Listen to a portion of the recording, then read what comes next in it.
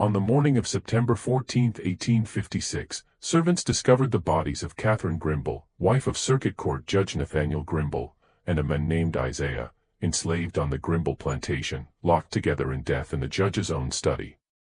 The foundation of Charleston society was rocked to its core by the scandal. A petition demanding the case files be sealed permanently was signed by 47 prominent citizens. Within 6 months of the discovery, 3 witnesses died. All from seemingly natural causes. Unusual for such a prominent case, the official coroner's report stored in the Charleston County Archives contains only 4 lines. What those 4 lines don't mention, what the sealed depositions reveal, is that Catherine Grimble had been dead for nearly 12 hours before Isaiah's body was placed beside hers. Before we continue with the story of the Grimble family and the conspiracy that consumed them, I want to ask you something. Have you ever heard whispers of secrets in your own city? Stories too dangerous to tell? Subscribe to this channel and leave a comment telling us what state or city you're watching from. Let's discover together what really happened in that study on Meeting Street. The full truth about that September morning would take decades to emerge. And when it did, it revealed something far more terrifying than a forbidden affair.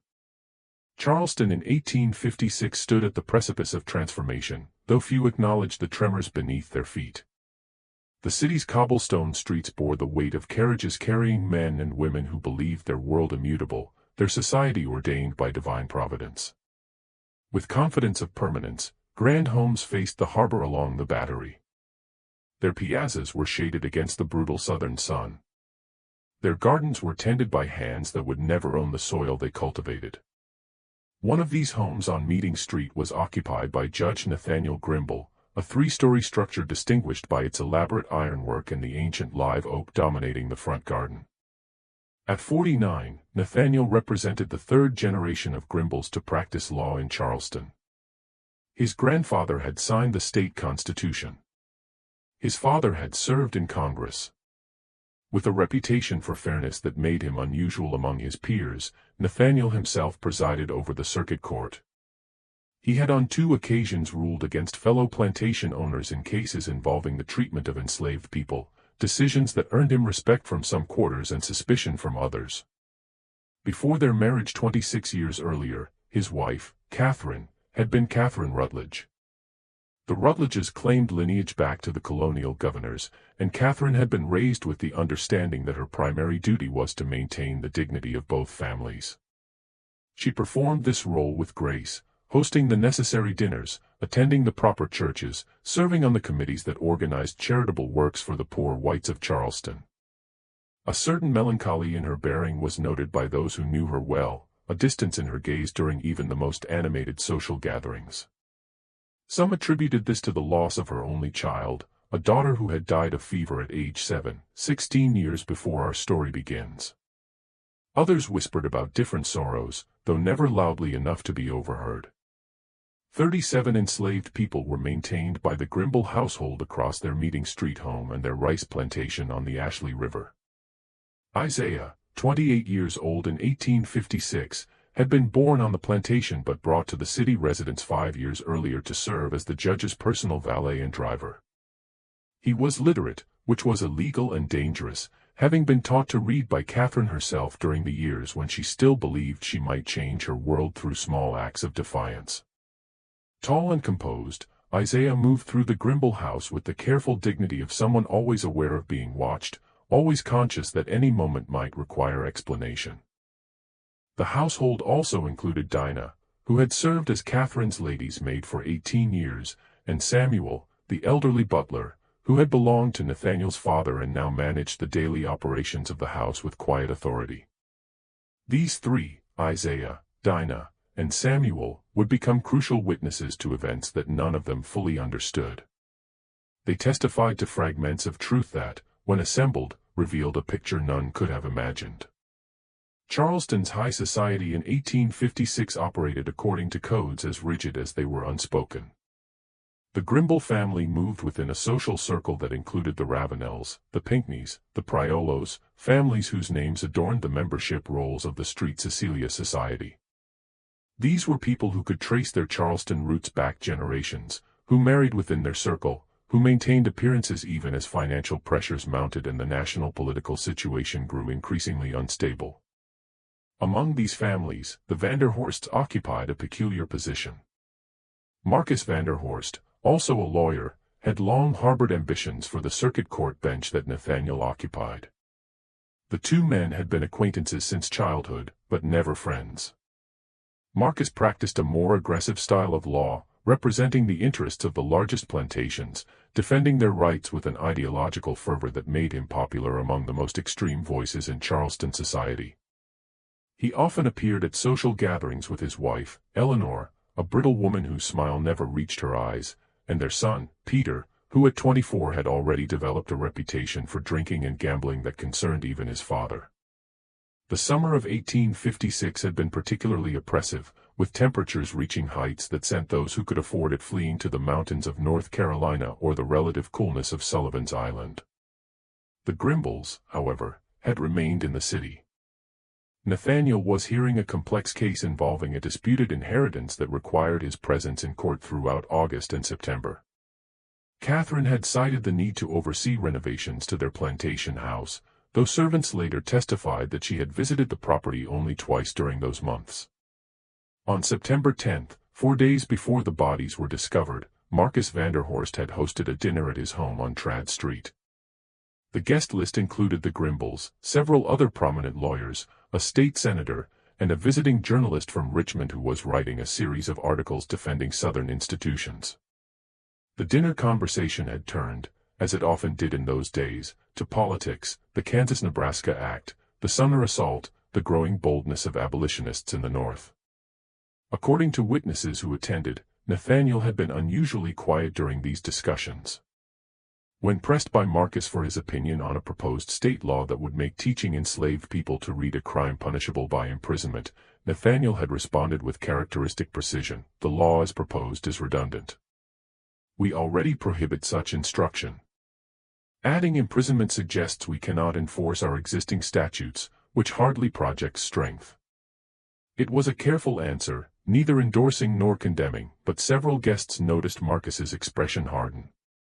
Peter Vanderhorst, already several glasses deep into his father's brandy, had laughed and said something about soft judges making soft law, earning a sharp look from his father but nervous chuckles from others at the table.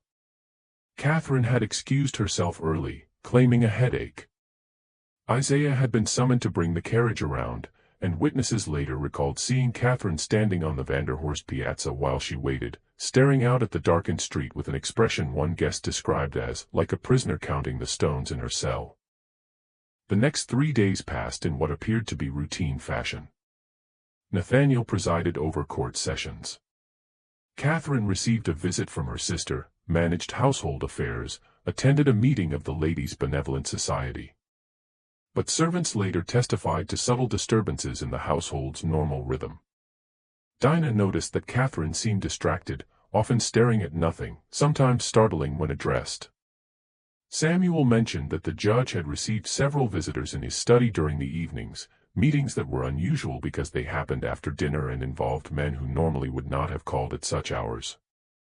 On the evening of September 13th, the household followed its standard routine. Dinner was served at 7 o'clock. The judge and his wife ate largely in silence, Dinah later recalled, with Catherine barely touching her food. At 8:30, Nathaniel retired to his study to review documents related to the inheritance case.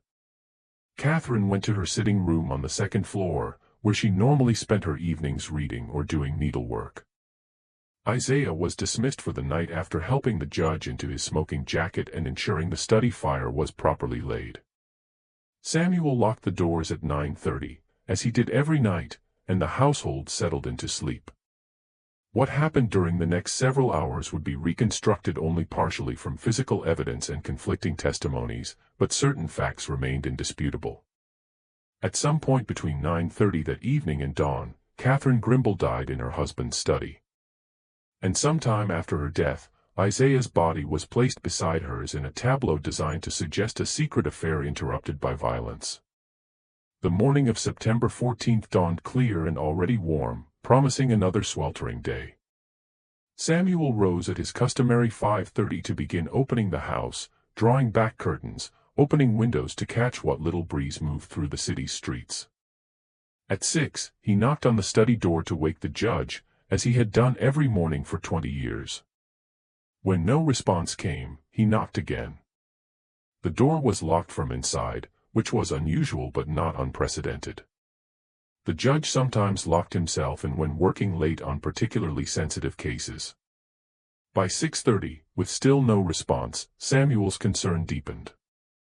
He fetched the spare key that hung in the butler's pantry, and after hesitating at the threshold, unlocked and opened the study door. The study faced east, catching the early morning sun through tall windows that overlooked the garden. As light streamed into the room, Samuel saw Catherine first. She lay on the Turkish carpet beside the judge's desk on her back, still wearing the gray silk dress she had worn to dinner the previous evening. Her hands were folded over her stomach in an attitude of peaceful repose that seemed carefully arranged. Her eyes were closed, her expression calm, almost serene. Isaiah lay beside her, positioned on his side as if he had fallen while reaching toward her.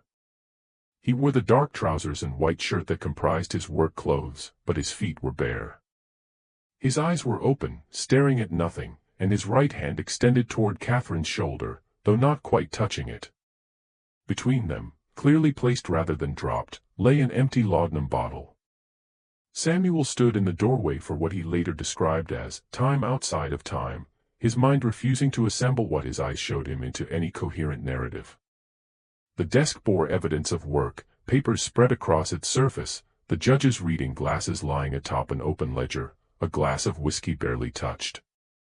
The room smelled of tobacco, lamp oil, and something else Samuel couldn't immediately identify, a sweet, cloying scent that seemed to hang in the air. No blood. No signs of struggle. No overturned furniture or scattered papers beyond the normal disorder of the judge's work. The locked door. The morning light revealing two bodies posed as if for a portrait of tragedy. Samuel finally found his voice and called for Dinah. When she appeared at the stairs, her expression shifting from concern to horror as she took in the scene, he instructed her to wake the judge immediately and to allow no one else to enter the study. Dinah hurried upstairs while Samuel remained at the threshold, unable to enter, unable to leave, anchored by the impossibility of what he was seeing. Nathaniel appeared within minutes, wearing his dressing gown, his face already settling into the composed mask he wore in court. He moved past Samuel into the study and for a long moment stood perfectly still, looking down at the bodies of his wife and his valet. Samuel later testified that the judge's only visible reaction was a slight tremor in his hands, quickly controlled. "Send for Dr. Huger," Nathaniel said, his voice steady. "Then send for Sheriff Pembroke. Speak to no one else. Allow no one to enter this room until they arrive. Is that clear, Samuel?" Samuel nodded. Nathaniel turned back to the bodies. And as Samuel left to follow his instructions, he heard the judge say something in a voice so low it was almost inaudible. "Forgive me, Catherine. God, forgive me." Dr. Benjamin Huger arrived first at 7:15, a portly man of 60 who had attended the Grimble family for decades. He entered the study with his medical bag and emerged 20 minutes later, his face pale and sheened with sweat despite the morning hour. He spoke briefly with the judge in the hallway, their conversation too quiet for others to overhear, then departed with unusual haste, saying he needed to retrieve certain instruments. Sheriff Thomas Pembroke arrived shortly after 8, accompanied by his deputy, a young man named William Drayson. The sheriff was a political appointee, chosen more for his family connections than his investigative abilities, and he approached the scene with visible discomfort. He spent perhaps 10 minutes in the study, during which servants heard him asking questions of the judge in a deferential tone, more suited to a social call than an investigation. When the sheriff emerged, he gathered the household staff in the front parlor. His questions were perfunctory. Had anyone heard anything unusual during the night? Had anyone seen Mrs. Grimble or Isaiah after 9:30? Did anyone know of any prior relationship between the deceased? Samuel, Dinah, and the other servants responded with careful precision. No unusual sounds. Mrs. Grimble had retired to her sitting room. Isaiah had gone to his quarters above the carriage house. No one mentioned the tension they had sensed in recent days, the whispered conversations they had overheard, the fact that Catherine had seemed increasingly withdrawn. Survival in a slave-owning household meant knowing what questions to answer and what truths to keep silent. By mid-morning, word of the tragedy had begun spreading through Charleston society with the speed of fire through dry kindling. Visitors arrived at the meeting street house ostensibly to offer condolences but clearly eager for details. Nathaniel refused to see anyone, remaining in his private chambers. Dr. Huger returned briefly, entering through the rear of the house, and departed again without speaking to the assembled staff. The bodies were removed late that afternoon, transported to the coroner's facility on Queen Street. No public announcement was made. No notice appeared in the Charleston newspapers. The study door was locked and would remain locked for the next 3 weeks. That evening, as servants prepared a dinner that no one would eat, Dinah was summoned to the judge's private study, a smaller room on the second floor, separate from the death scene. She found Nathaniel seated at his desk, but he was not working. He simply sat, staring at nothing, his hands folded before him. When he finally spoke, his voice carried a weight that frightened Dinah more than any anger could have. "Tell me the truth," he said. "Not what you think I want to hear. The truth. Did Catherine and Isaiah have an affection for each other?" Dinah considered her response carefully. In this house, with this judge, the truth might be safer than a lie. Mrs. Catherine taught Isaiah to read, sir, years ago when he was just a boy. They talked about books sometimes, about ideas, but it was like a teacher and a student, sir. Nothing else. I swear it on my life. Nathaniel nodded slowly. That's what I thought. That's what I needed to hear from someone I trust. He paused, and when he continued, his words chilled Dinah to her core. What happened in that study wasn't what it appears to be. I know this. But proving it, that's a different matter entirely. Be careful, Dinah. Be very careful who you speak to in the coming days. There are people who want a particular story told, and they don't care about the truth. The official coroner's report, completed on September 16, consisted of 4 lines. Catherine Grimble and Isaiah, Negro male, found deceased September 14, 1856. Cause of death, laudanum poisoning. Manner appears to be murder-suicide or suicide pact. Case closed. The brevity was stunning for a case involving one of Charleston's most prominent families. No detailed examination of the bodies, no reconstruction of events, no consideration of alternative explanations, just 4 lines and a case sealed. Within days, a petition began circulating among Charleston's elite. 47 prominent citizens eventually signed it, including 3 other judges, 2 state senators, and the mayor himself. The petition requested that all documents related to the Grimble case be sealed indefinitely, citing the dignity of the deceased and the preservation of public morality. The request was granted by a special session of the court held behind closed doors, presided over by Judge Horatio Priolo, Nathaniel's colleague and supposed friend. The case files, including witness testimonies, the coroner's preliminary notes, and any physical evidence, were placed in a sealed box and stored in the courthouse vault, accessible only by court order. Nathaniel Grimble did not attend the sealing proceedings. He had withdrawn entirely from public life immediately following the deaths, taking a leave of absence from his judicial duties. The Grimble house on Meeting Street remained shuttered, its windows covered, no smoke rising from its chimneys.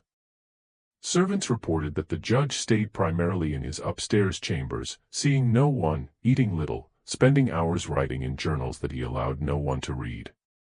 In the quarters above the carriage house where Isaiah had lived, his few possessions were quietly removed by other enslaved members of the household. Among these items, a Bible with margin notes in Isaiah's careful handwriting, 3 books of poetry, a writing tablet filled with observations about Charleston's gardens, and a leather-bound journal that would not be discovered until years later, hidden beneath a floorboard. Catherine Grimble was buried in the family plot at Magnolia Cemetery on September 17. The funeral was a small, private affair, unusual for someone of her social standing. Nathaniel attended, supported by his brother. Catherine's sister was there, her face hidden behind heavy mourning veils, weeping throughout the brief service. Notably absent were most of the Rutledge family and many of the Grimbles' usual social circle. Charleston society had already begun its judgment. Isaiah was buried the same day in the enslaved section of the cemetery, far from the Grimble plot. No service was held. No marker was placed. Within a month, even the location of his grave would be forgotten. His existence was reduced to an entry in the Grimble plantation ledgers: Isaiah, deceased, September 1856. Loss valued at $1,200.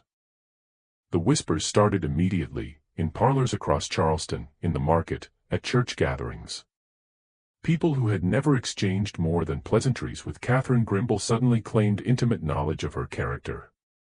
She had always seemed melancholy, they said. There had been something strange about her, something not quite right, the way she sometimes looked at her slaves with too much recognition, too much sympathy. And that Isaiah, hadn't there been something presumptuous about him?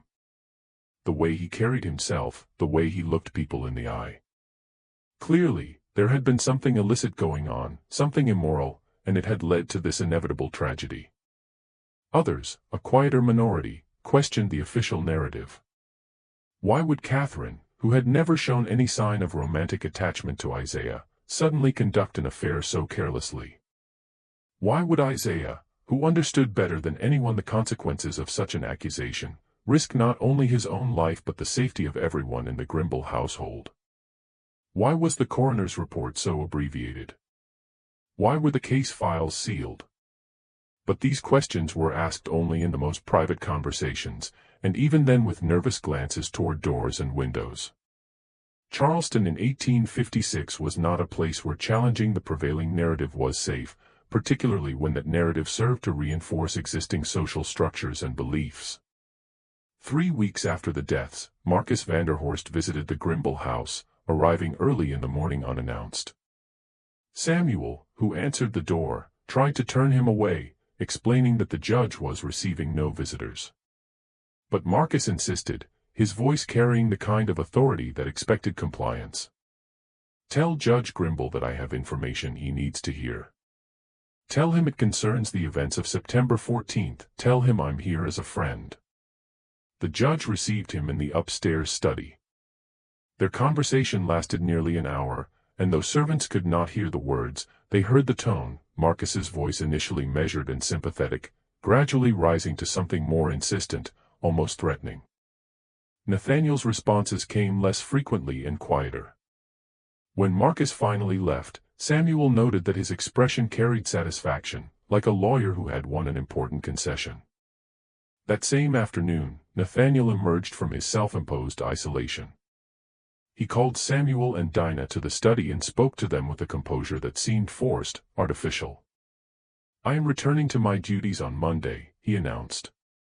"The house will reopen. We will resume normal operations. The past must remain past. Do you understand?" But before dismissing them, he added something else, speaking directly to Dinah. "You asked me once, years ago, why I didn't free you. Why I didn't free any of you. Do you remember what I said?" Dinah nodded. He had told her that freedom papers meant nothing in Charleston, that they could be challenged, revoked, ignored, that she was safer as his property under his protection than she would be carrying papers that any constable might declare fraudulent.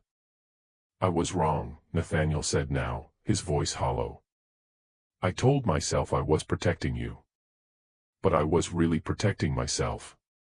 Protecting my position, my reputation, my place in a society that I should have challenged instead of accommodated. And now Catherine is dead. And Isaiah is dead. And he stopped, seeming to realize he had said too much. "Be careful, Dinah. Trust no one. Not even me."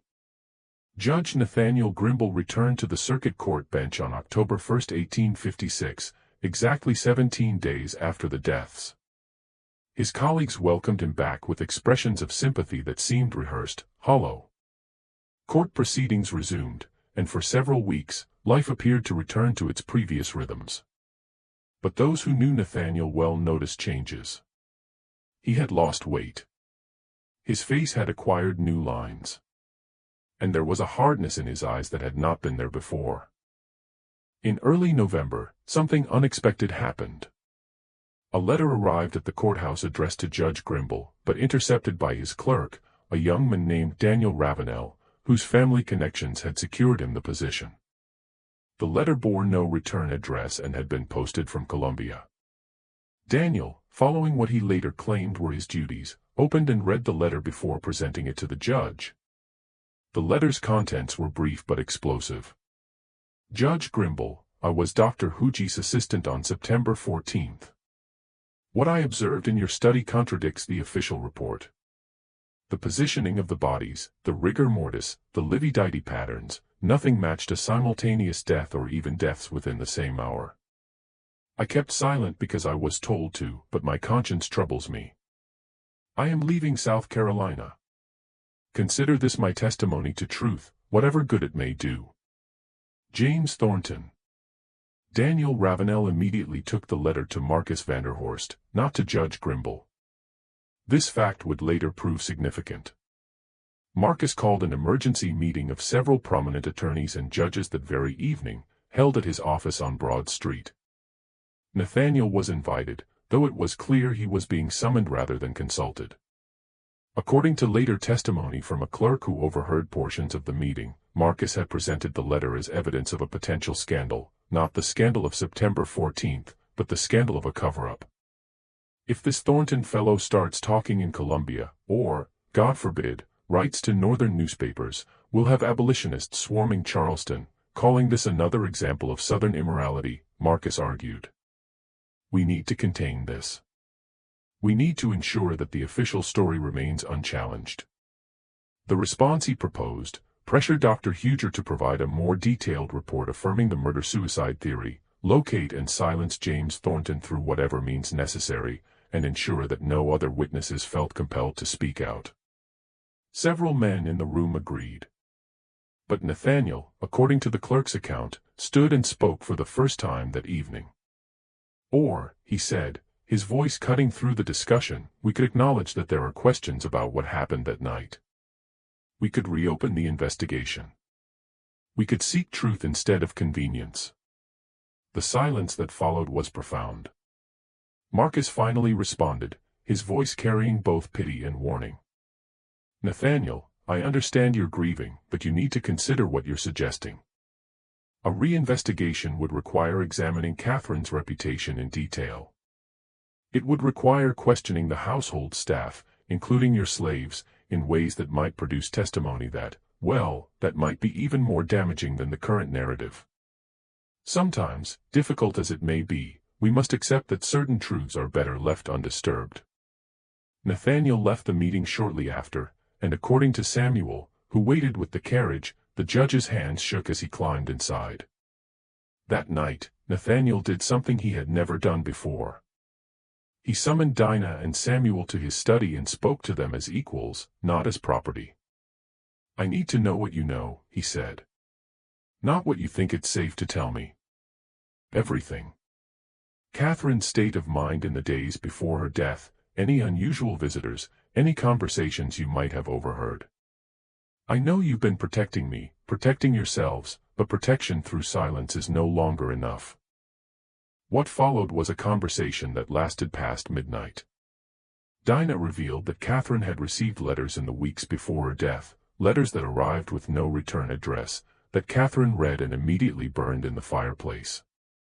She described how Catherine had become increasingly withdrawn, more fearful, often checking the windows as if expecting someone. Samuel mentioned the late-night visitors to Nathaniel's study, meetings that had disturbed the household's routines. He named the visitors. Marcus Vanderhorst had come twice, Peter Vanderhorst once, and on September 12, 2 nights before the deaths, Sheriff Pembroke himself had spent an hour in the study with the judge. Nathaniel listened to all of this with the focused attention he brought to court testimony. When they finished, he asked one more question. "Do you believe Catherine and Isaiah died together by their own choice?" Both Dinah and Samuel shook their heads. "No, sir," Dinah said firmly. "Mrs. Catherine would never have done that. She was sad, yes, but not that kind of sad. And Isaiah, he was cautious, always careful. He would never have risked himself or anyone else in this house." "That's what I believe, too," Nathaniel said. "Which means someone else killed them. And worse, I think I know why." The conspiracy that Judge Nathaniel Grimble began to uncover in those November weeks of 1856 stretched back years and involved some of Charleston's most respected citizens.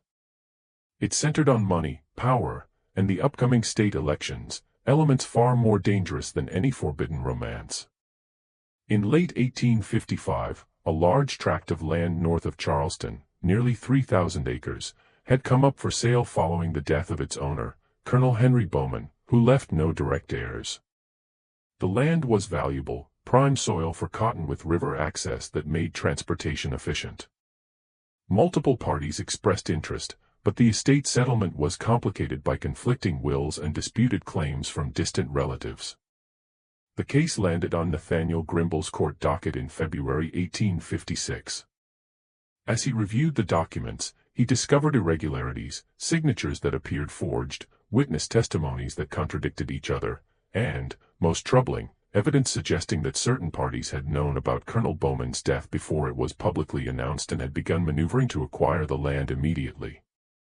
Among those parties, a consortium that included Marcus Vanderhorst, Sheriff Thomas Pembroke, and 3 other prominent Charleston attorneys.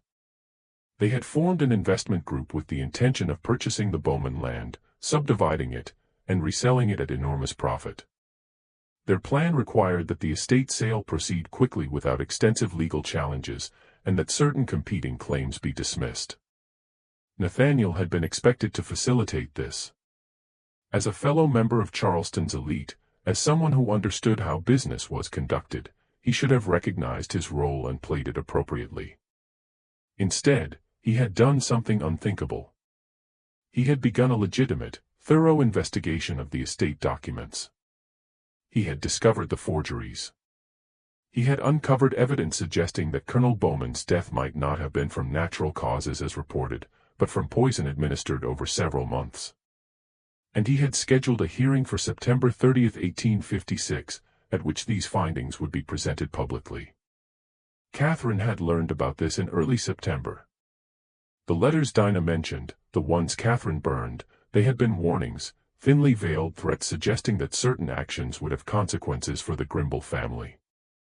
Catherine had tried to convince Nathaniel to drop the investigation, to rule in favor of the consortium, to preserve their safety. But Nathaniel, believing in law and justice with a faith that now seemed tragically naive, had refused. On the evening of September 13th, Marcus Vanderhorst and Sheriff Pembroke had visited Nathaniel's study for a final conversation. They presented him with a choice, blunt and terrifying in its clarity: dismiss the competing claims, rule in favor of the consortium's acquisition, and receive compensation that would make him wealthy beyond his current means. Refuse, and face consequences, not threats, they emphasized, just realities. Evidence could be manufactured, reputations destroyed, accidents arranged. Nathaniel had refused. According to what he later wrote in his journal, the journal found years later during the renovation of the Meeting Street house, he had stood on principle, believing that his position as a judge and his family name would protect him. "I told them to get out of my house," he wrote. "I told them I would see them in court as defendants when I referred their conspiracy to the grand jury." Marcus smiled, and that smile told me I had made a terrible mistake. What happened next, in those dark hours after the household went to sleep, Nathaniel reconstructed from physical evidence and from a confession he eventually extracted from someone close to the conspiracy. Catherine had been murdered first, killed in her sitting room with a dose of laudanum so concentrated that death would have come quickly. Her body had then been carried down to the study. Isaiah, who had quarters above the carriage house, would have been easy to lure with a message supposedly from the judge. Once in the study, he was murdered as well, again with laudanum, but administered differently, violently, which explained the open eyes and the reaching position of his death. The scene had been staged carefully, the empty laudanum bottle placed between them, Catherine's dress arranged to suggest she had come to the study willingly, Isaiah positioned to imply an interrupted encounter. The study door had been locked from inside, the key left in place, to suggest that the two had sought privacy for their final moments together.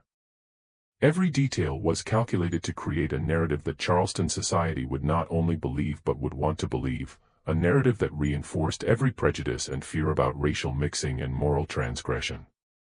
The plan had been brilliant in its cruelty. It silenced Nathaniel's investigation by destroying his moral authority. What judge could prosecute a land fraud case while his own wife lay under a cloud of scandal? It sent a message to anyone else who might consider challenging the consortium's interests. And it did all this while technically committing no crime that could be easily proven. Murder dressed as scandal. Political assassination disguised as tragedy. But the conspirators had made mistakes. James Thornton, Dr. Hughes's assistant, had noticed the timing inconsistencies in the body's conditions. The laudanum bottle, though empty, bore a pharmacist's mark that Nathaniel traced to a specific Charleston chemist, who reluctantly admitted filling an unusually large prescription for Marcus Vanderhorst's son, Peter, just days before the deaths. And someone had talked, not openly, not directly, but in whispers that reached the right ears. By mid-November, Nathaniel had assembled enough evidence to present to a grand jury.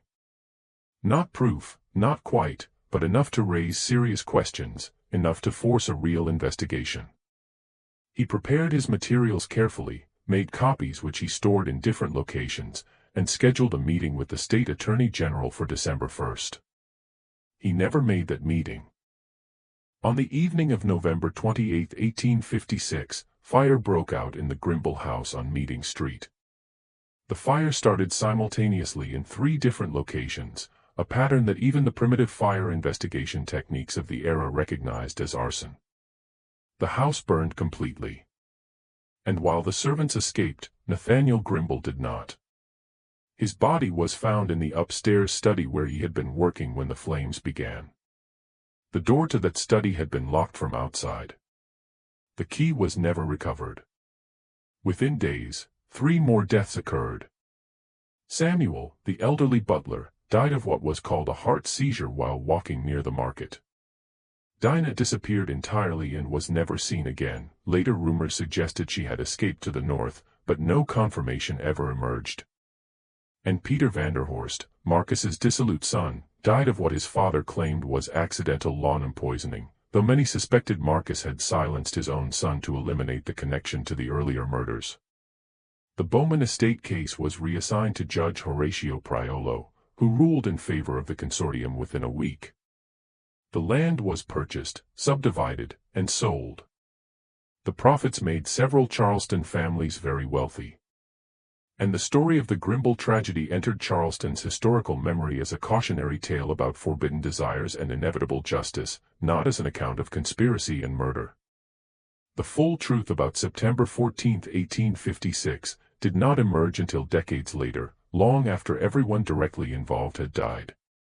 In 1889, during renovations to the home that had been rebuilt on the Meeting Street property where the Grimble house once stood, workers discovered a metal box hidden in the foundation. Inside were papers, copies of the documents Nathaniel had prepared for the Attorney General, his personal journals detailing the conspiracy, and something else, a confession. The discovery happened on a humid afternoon in late June. The construction foreman, a man named Thomas Beckett, who had no connection to any of the families involved in the original tragedy, had been overseeing the installation of new support beams in the basement when one of his workers' pickaxes struck something that rang with a metallic sound. Curious, Beckett ordered the area carefully excavated. What emerged was a sealed iron box approximately 12 inches square, its surface marked with rust but its seal still intact. Beckett, being a cautious man and aware that he was working on a property with historical significance, did not open the box immediately. Instead, he contacted the property's owner, Mr. Jonathan Haywood, a Charleston merchant who had purchased the lot and commissioned the renovation with plans to convert it into a boarding house. Haywood, in turn, recognizing that the box might contain items of historical or monetary value, brought it to the Charleston Historical Society, where it was opened in the presence of 3 witnesses, Haywood himself, the Society's director Dr. William Ravenel, a distant cousin of the Ravenel family, but with no close ties to the events of 1856, and a local attorney named Samuel Clifton. The moment the box was opened, its contents revealed a story that the 3 men realized would shake Charleston's understanding of its own past. The papers inside were remarkably well preserved, protected by the iron container and the dry conditions of their hiding place. At the top of the stack lay a letter addressed to whoever finds this box, written in a feminine hand that was later identified as belonging to Eleanor Vanderhorst. The letter explained that Eleanor had written her full confession in 1872, 16 years after the murders. As her health declined and death approached, she had entrusted the document to her pastor, Reverend Thomas Gadsden of St. Michael's Church, with specific instructions. He was to hold the confession for 15 years after her death, then decide what to do with it based on whether those who might be harmed by its revelation were still living. Reverend Gadsden, who died in 1888, had apparently chosen to hide the documents rather than destroy them or make them public, perhaps unable to bear either the burden of destroying truth or the responsibility of revealing it. Eleanor's confession was written across 23 pages in her careful, educated script. She began with a statement that revealed the depth of her torment. "I write this as a dying woman who has lived too long with terrible knowledge. I am a coward, for I write these words only when death makes me safe from earthly consequences. But perhaps cowardice that preserves truth is better than courage that maintains lies. Let God judge me, for I can no longer judge myself." She detailed how the conspiracy had begun in January 1856, when Marcus Vanderhorst and Sheriff Pembroke first learned that Judge Grimble was conducting a thorough investigation into the Bowman estate case rather than the perfunctory review they had expected. They had met at the Vanderhorst home on Tradd Street. Eleanor remembered because she had been asked to ensure the servants were out of earshot, a request that had struck her as unusual and concerning. "I stood in the hallway outside Marcus's study," Eleanor wrote, "and I heard them discuss Judge Grimble as one might discuss a business problem requiring a solution. There was no anger in their voices, no passion. They spoke of destroying a man's life with the same tone they might use to discuss the weather or the price of cotton. That coldness frightened me more than any rage could have." The plan had developed over the following weeks. Initially, they hoped to pressure Nathaniel through financial incentives or professional influence. When those approaches failed, they considered other options. Eleanor described how Marcus had brought Peter into the conspiracy reluctantly, recognizing that his son's weakness for alcohol and gambling had left him financially dependent and therefore controllable. Peter owed debts across Charleston, some to dangerous men, and Marcus offered to clear those debts in exchange for his son's participation in what he called a necessary action to protect the family's interests. Eleanor's account of the night of September 13th was particularly detailed, suggesting she had heard the plan discussed multiple times and had perhaps even witnessed some of the preparations. She described how Peter and 2 men employed by Sheriff Pembroke, she named them as Daniel Rutledge and James Culleton, both of whom had died in the war years later, had entered the Grimble house through a basement entrance that opened onto a small courtyard.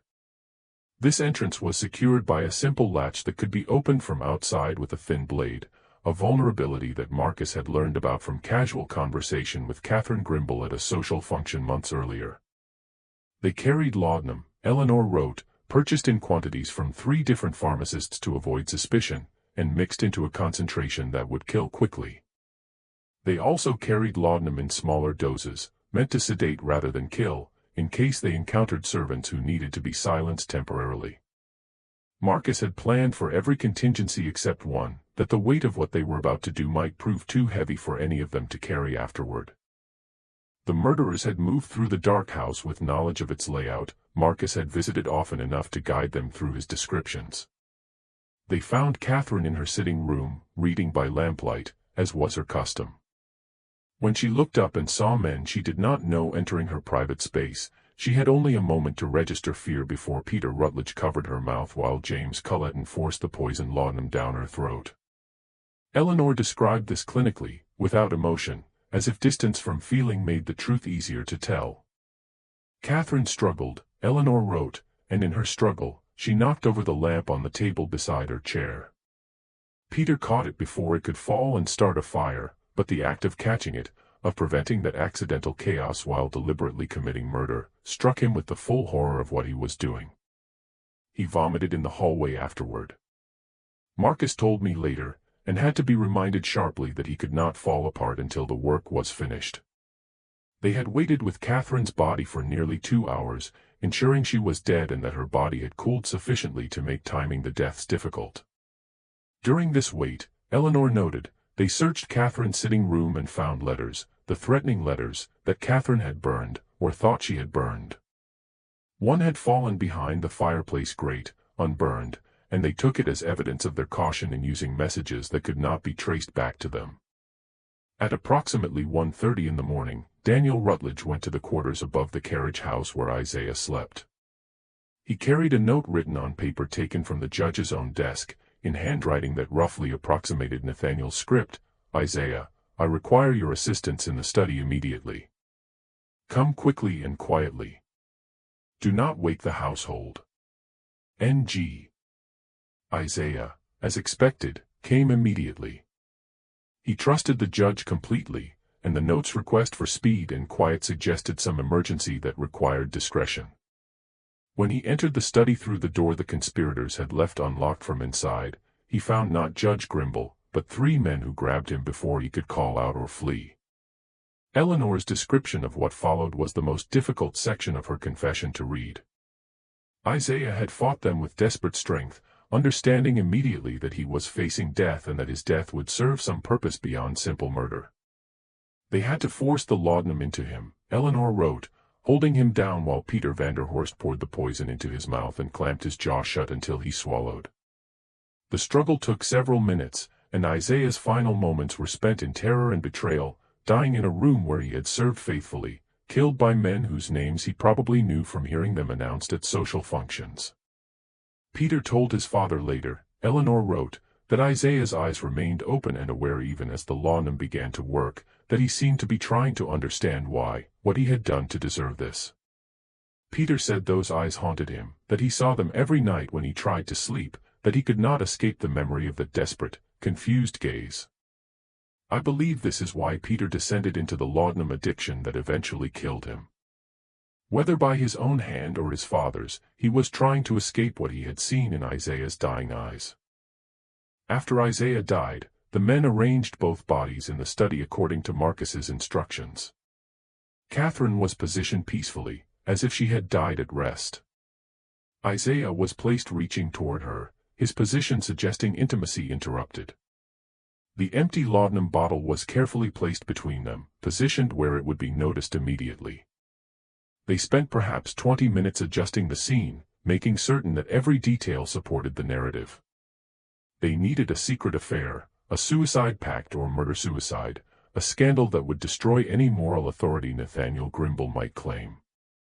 Before leaving, they locked the study door from inside using the key kept in the desk drawer, then exited through the study window, which opened onto the garden and could be secured from outside by someone who knew the mechanism. They left no signs of forced entry, no evidence of their presence beyond the bodies themselves, arranged in their terrible tableau. Eleanor's confession then addressed the aftermath. She described how Marcus had returned home near dawn, his clothes changed, his manner composed, and had told her simply, "It's done. The problem is resolved." When she asked what he meant, he had looked at her with an expression she described as utterly empty, as if something human had been removed and replaced with pure calculation. I knew in that moment, Eleanor wrote, that my husband had become something I no longer recognized, or perhaps worse, that I was finally seeing clearly what he had always been beneath the surface of respectability and charm. I asked no more questions that morning.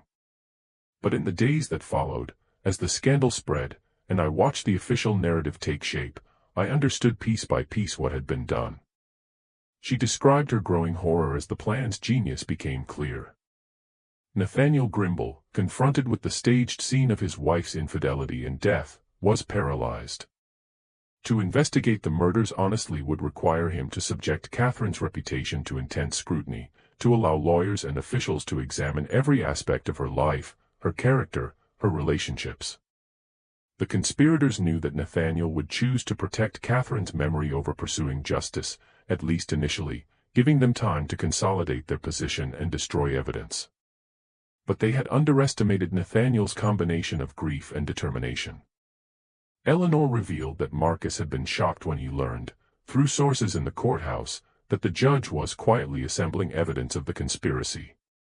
Marcus had believed that the scandal would be sufficient, Eleanor wrote.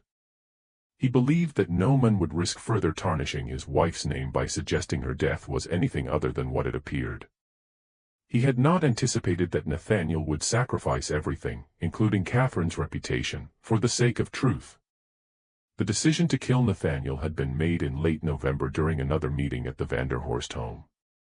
This time, Eleanor had been present, called into Marcus's study to witness what her husband described as the family's commitment to our future.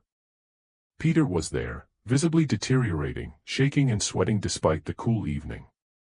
Sheriff Pembroke was there, looking uncomfortable for the first time. And two other men, whom Eleanor did not name but described as professionals in such matters, brought from Columbia where they were unknown in Charleston society. Marcus laid out the necessity, Eleanor wrote. Judge Grimble had evidence that could destroy us all. He had copies hidden in multiple locations. He had written detailed accounts of the conspiracy. He had scheduled a meeting with the state attorney general. The situation required, Marcus said, a permanent solution. And because Nathaniel had been clever enough to hide his evidence in multiple places, they needed to destroy not just the men, but all his papers, everything in his house that might contain proof.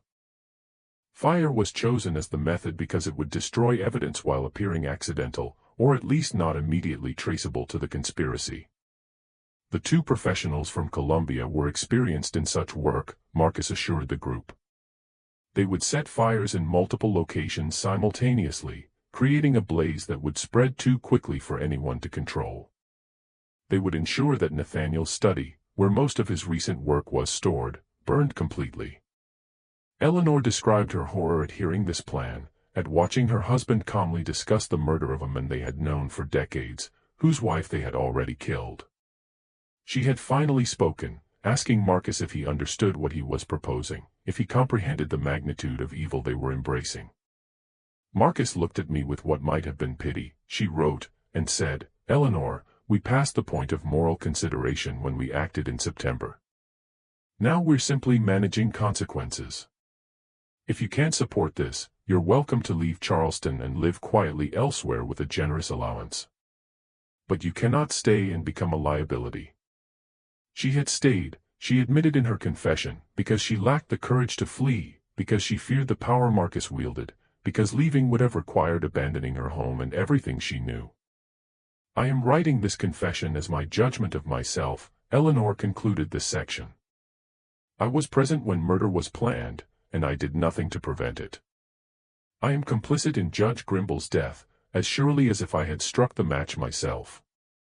I lived 20 more years carrying this knowledge, and I found no peace in any of them.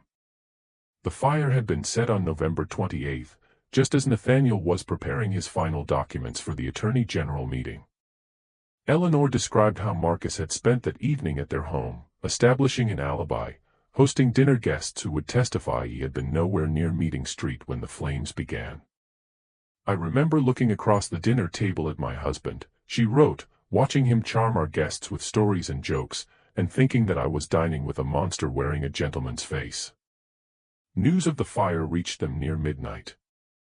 Marcus had responded with appropriate shock and concern, had even organized men to help fight the flames, though by the time anyone arrived, the Grimble house was already consumed.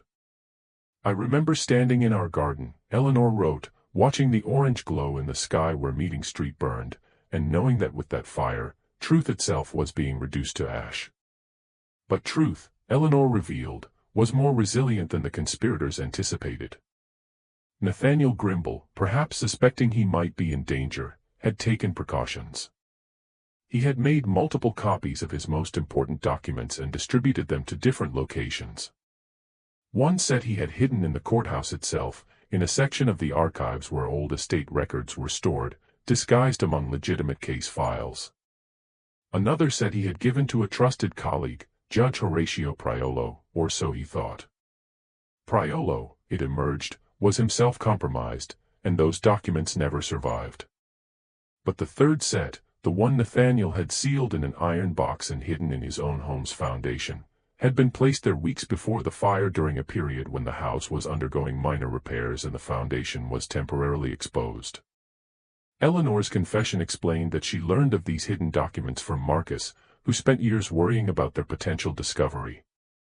He would wake at night, she wrote, gripped by fear that somewhere, in some archive or hidden location, Nathaniel Grimble's evidence still existed, waiting to expose us. That fear never left him, and I believe it contributed to his death in 1870.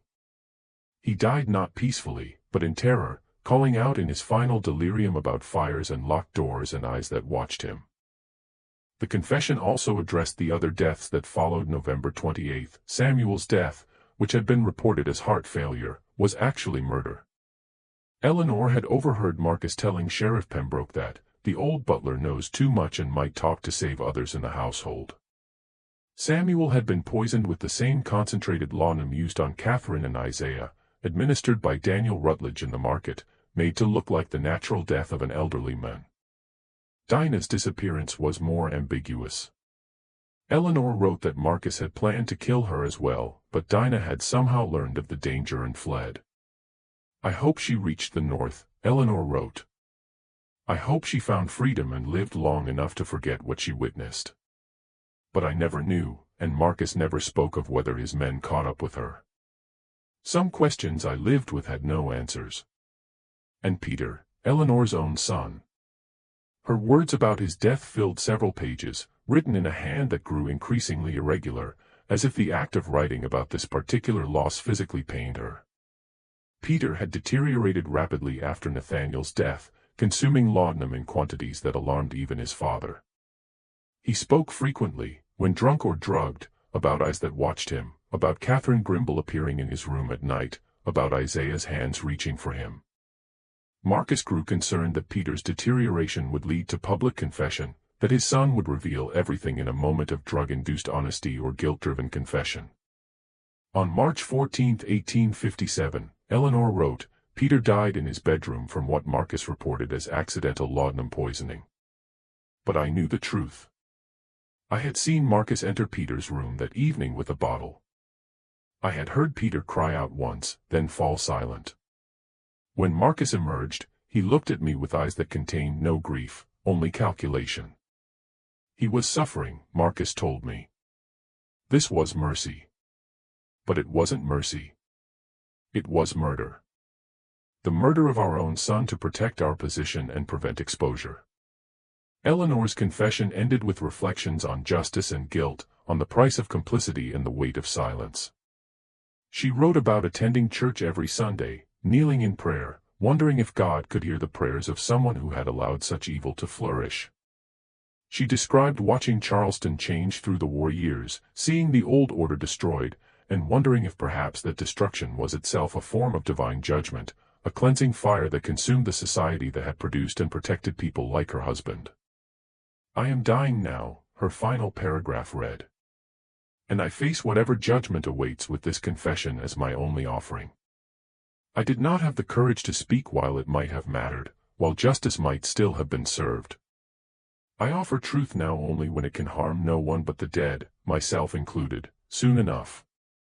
Let whoever reads this know what happened in Charleston in 1856.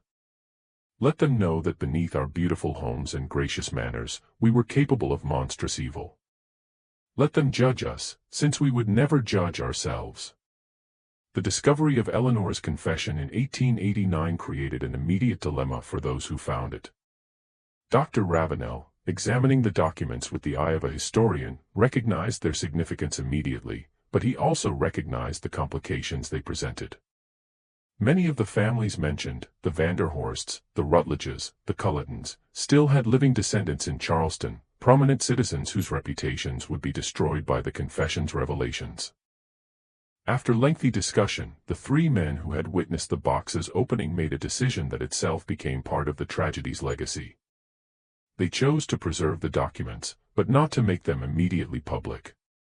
Instead, they deposited them in the Charleston County Archives with a seal requiring special permission to access them. The documents were cataloged and preserved, but effectively hidden, available in theory, but unknown to all but a few. This decision was itself controversial when it later became known. Critics argued that truth delayed is truth denied, that the three men had prioritized social comfort over historical accuracy, that they had become complicit in the very cover-up they claimed to deplore. Defenders countered that in the Charleston of 1889, still recovering from war and Reconstruction, still rebuilding its social structures, the revelation of such a scandal would have caused damage out of proportion to any good it might achieve. The guilty were dead. Justice was impossible. And truth served primarily to hurt the innocent descendants. The Charleston County Archives contain, in a sealed section accessible only with special permission, the complete Grimble case files, the original 4-line coroner's report, the sealed depositions from household servants, the petition signed by 47 prominent citizens, and the documents discovered in 1889, Eleanor Vanderhorst's confession, Nathaniel Grimble's journals, his compiled evidence of the conspiracy. These materials were not widely accessible until 1934, when a graduate student named Margaret Sinclair, researching antebellum Charleston for a dissertation, discovered references to the sealed Grimble case in a footnote of a legal history text. Her persistent requests for access were initially denied, but after appealing to the State Historical Commission and demonstrating legitimate scholarly purpose, she became the first person outside the immediate circle of 1889 to read Eleanor's full confession. Sinclair's subsequent dissertation, Murder, Conspiracy, and Justice in Antebellum Charleston, The Grimble Tragedy Reconsidered, presented the evidence to an academic audience for the first time. Her work was thorough, careful, and devastating in its implications. She traced not only the conspiracy around the Bowman land case, but connections to similar patterns of corruption and violence throughout the antebellum South. The Grimble case, she argued, was not an aberration, but an example, perhaps unusually well documented, but representative of how power actually functioned in a society built on fundamental injustice. Her work met resistance. Several Charleston families whose ancestors were named in Eleanor's confession attempted to block publication of Sinclair's dissertation.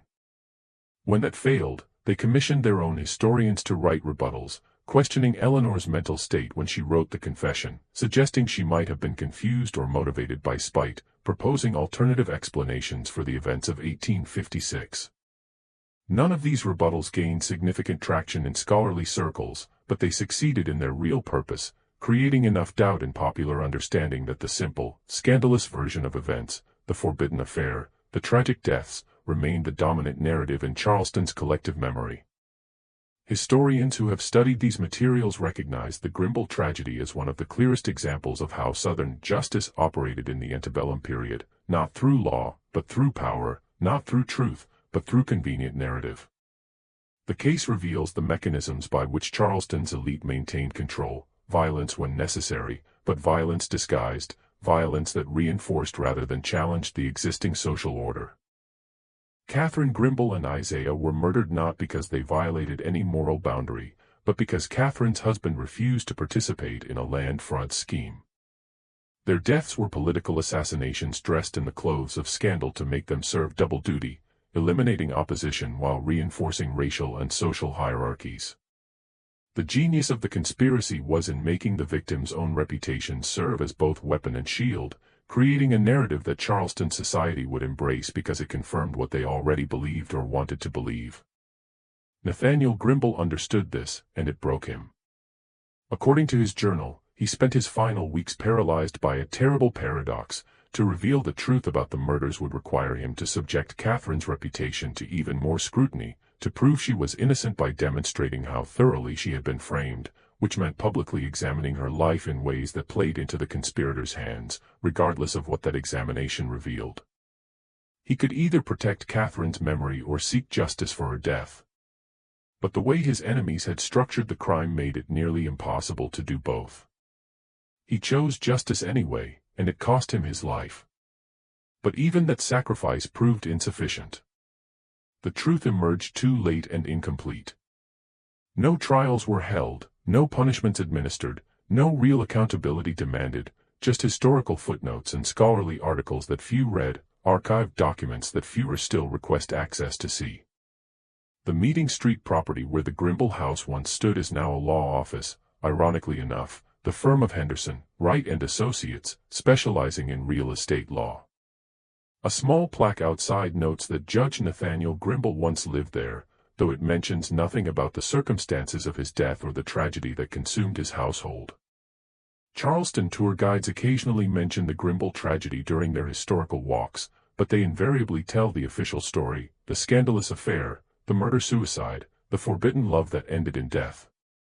The comfortable lie persists because it's simpler than the complicated truth, because it requires no reassessment of Charleston's past, because it makes no demands on the present. In Magnolia Cemetery, Catherine Grimble's grave bears her name, her birth and death dates, and a single line, "Faithful wife, devoted to duty." The inscription was chosen by her sister, and its quiet dignity stands in contrast to the scandal that briefly surrounded Catherine's death. Nathaniel's grave, added after the fire, sits beside hers. His inscription reads, Nathaniel Grimble, Judge, 1807 to 1856. He loved justice more than life.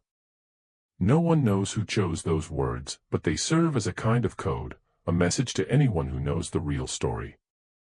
No mention is made of Isaiah anywhere in the cemetery.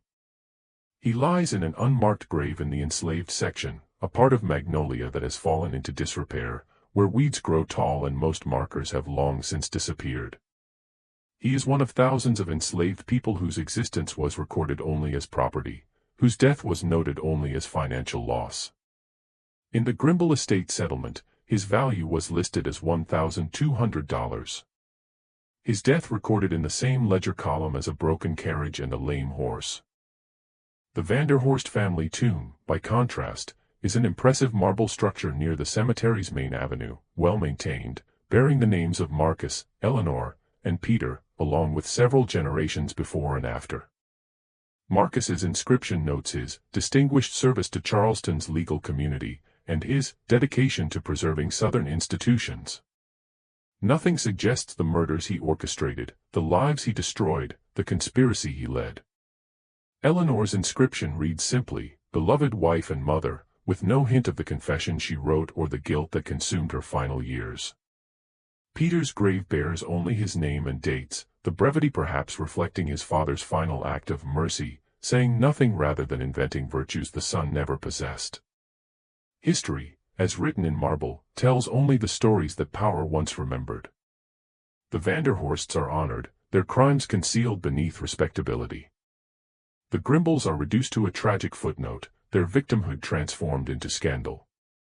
And Isaiah is erased entirely, reduced from a human being with thoughts, feelings, and dignity to a nameless participant in a morality tale about forbidden desires. But paper preserves what stone conceals. In the Charleston County Archives, in the libraries of several historical societies, in the collections of universities that study the antebellum South, the evidence exists for those willing to look. The truth is available, though it requires effort to find, to piece together, to understand. It requires believing that official narratives might conceal rather than reveal, that respectable people commit terrible crimes, that justice delayed is not merely justice denied, but evidence of systemic corruption. The Grimble tragedy teaches us that in societies built on fundamental injustice, even individual acts of conscience become dangerous. Nathaniel Grimble tried to be a good judge in a bad system, and the system destroyed him for it. Catherine Grimble died not for any sin she committed, but because she was vulnerable, available to be used as a weapon against her husband. Isaiah died because his position as an enslaved man made him the perfect scapegoat, someone whose victimization would be not only accepted but expected, whose humanity could be denied even in death. Their story should make us ask difficult questions about our own time, our own society, our own complicity in systems that protect the powerful and sacrifice the vulnerable. But asking such questions is uncomfortable, and comfort is what most people seek from history. So the simple version persists: the scandal, the forbidden love, the inevitable tragedy. Fiction serving the interests of those who benefited from the crime even generations later. Yet the truth remains, waiting in archives and historical records, preserved by people like Eleanor Vanderhorst, who lacked the courage to speak when it mattered but found the strength to write what they could not say. It waits for researchers like Margaret Sinclair, who refused to accept comfortable narratives and demanded to see the sealed records. It waits for anyone willing to look beyond the plaques and the tour guide stories, anyone willing to ask why some cases are sealed while others remain open, why some truths are preserved while others are erased. The Grimble house burned in 1856. But the evidence survived in its foundation, hidden but preserved, waiting decades to emerge. Perhaps that's the lesson: truth is more resilient than we imagine. It can be suppressed, delayed, obscured, but it has a tendency to survive, to resurface, to demand recognition even from generations who would prefer to forget. The dead do not stop speaking, and the crimes of the past continue to echo, continue to raise questions that no amount of comfortable mythology can fully silence. What do you think of this story? Do you believe everything was revealed, or do you suspect there are still secrets buried in Charleston's past, truths too dangerous or too uncomfortable to fully excavate? The Grimble case took decades to emerge from sealed archives. How many other cases remain sealed? How many other truths wait to be discovered? Leave your comment below and tell us what you think about how history decides which stories to preserve and which to bury. If you enjoyed this tale and want more dark mysteries from America's hidden history, subscribe, hit the notification bell, and share with someone who loves stories that challenge comfortable narratives. The past is never really past, and the dead never stop speaking to those willing to listen.